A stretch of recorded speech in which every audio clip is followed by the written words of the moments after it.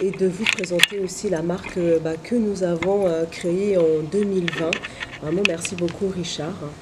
Alors, Kama Comptoir a été imaginé en 2020, juste avant le Covid, je pense. Ouais, ou même pendant le Covid, oui. Pendant le Covid, oui. Donc, on s'est en fait concerté avec ma sœur parce que notre maman arrivait à la retraite et on voulait véritablement lui témoigner notre amour et puis faire en sorte qu'elle reste active.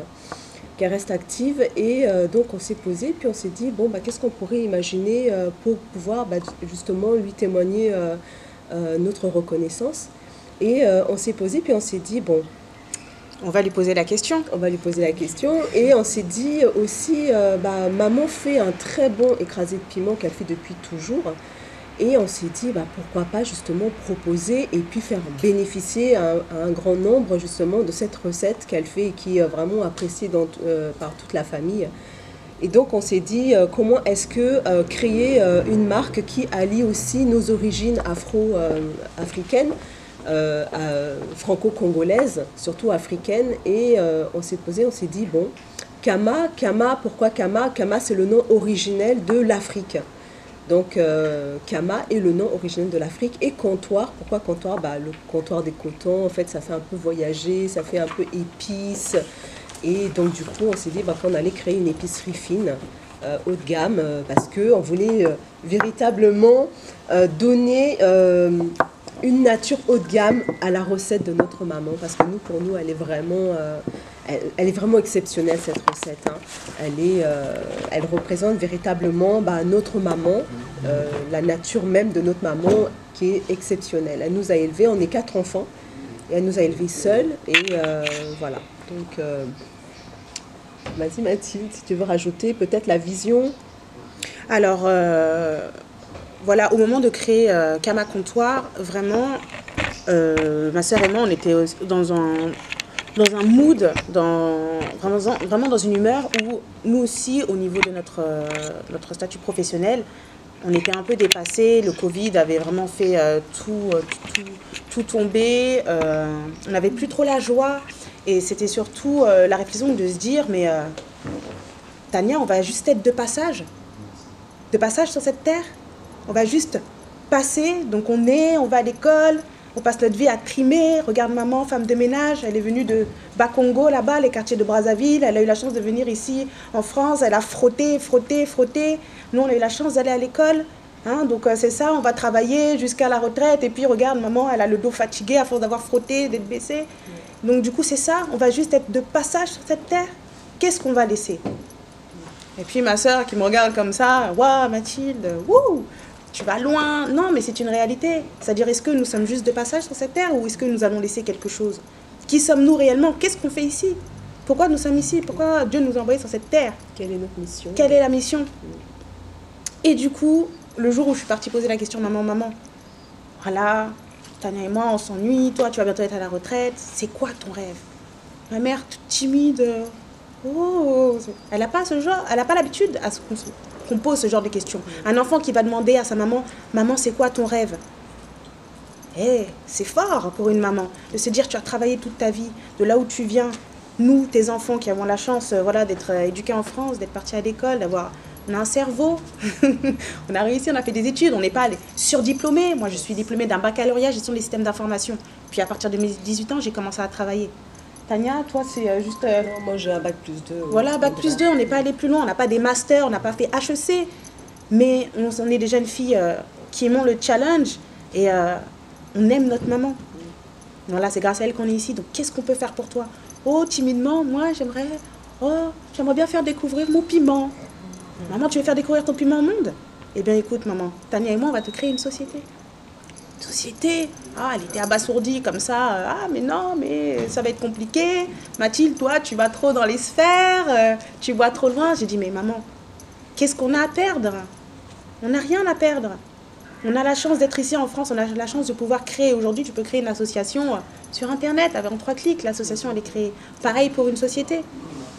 Donc on a fait des recherches de statut, on a vraiment tout fait pour fonder cette société avec une vision justement de commencé avec le piment de maman qui était là depuis le départ, depuis toute petite. Maman cuisine son piment, il était sur la table.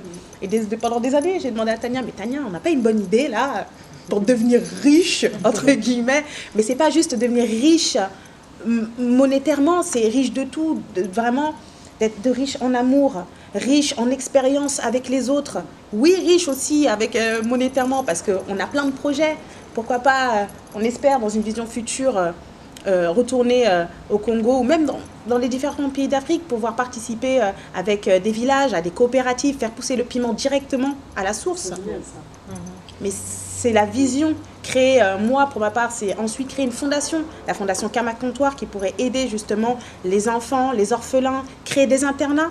Voilà, pouvoir faire en sorte de créer des internats à des écoles. Comme je dis, ça c'est une vision vraiment à long terme. Mais l'objectif, c'est vraiment d'en arriver à créer un empire familial. Voilà le poids que ma sœur et moi, on a sur les épaules. Voilà, on a décidé pour notre maman, parce qu'on a décidé de pas juste être de passage sur cette terre, de créer un empire. Comme Dior, comme Louis Vuitton, eh bien Kama Comptoir aussi va perdurer pendant des années, des siècles et des siècles.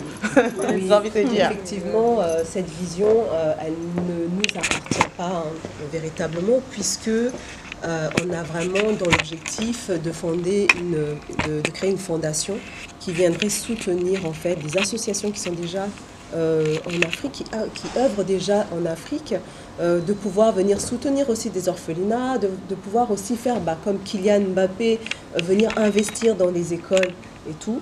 Et on s'est dit, on va démarrer Kama Comptoir avec l'écrasé de piment.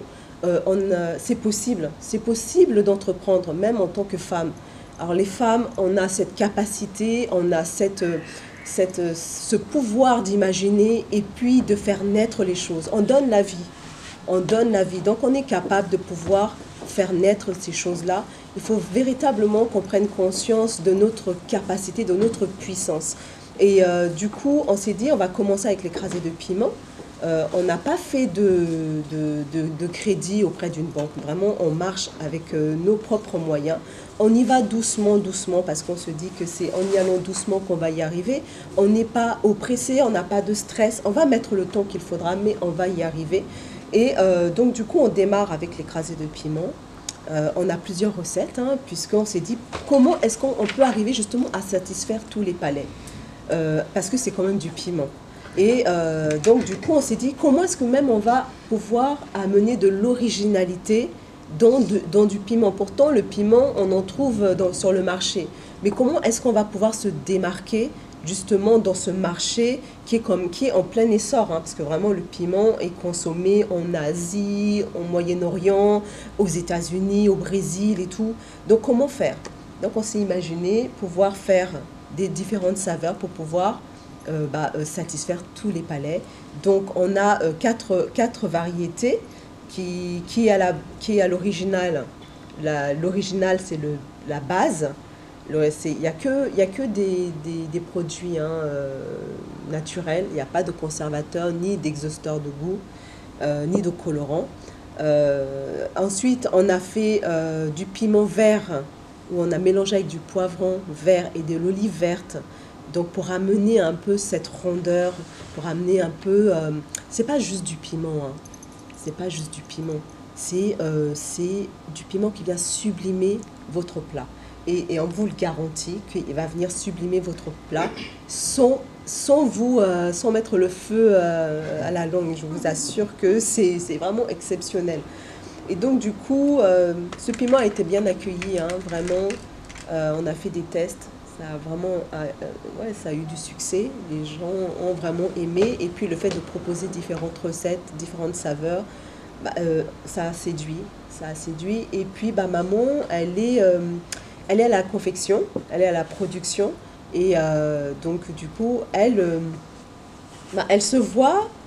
Avant, elle ne se voyait pas, mais maintenant, elle se voit femme d'entreprise, entrepreneuse. Et elle se voit, et elle a 63 ans. 63 ans, elle a repris des forces, elle a repris du poil de la bête, comme on peut dire. Et puis ça la valorise. Ça la valorise. Et il est important pour nous femmes et je parle aussi pour les femmes africaines, d'être valorisées. Exactement. Et quand on a des dons, des capacités, il ne faut pas hésiter. Et justement, on est dans un pays qui permet justement cette possibilité de pouvoir se révéler, se valoriser. Excellent. Donc, nous, on encourage les femmes, toutes les femmes et toutes les jeunes filles qui ont la chance vraiment de pouvoir faire des études, d'encourager aussi leur maman et puis de se lancer aussi. De les soutenir. Très important de les soutenir.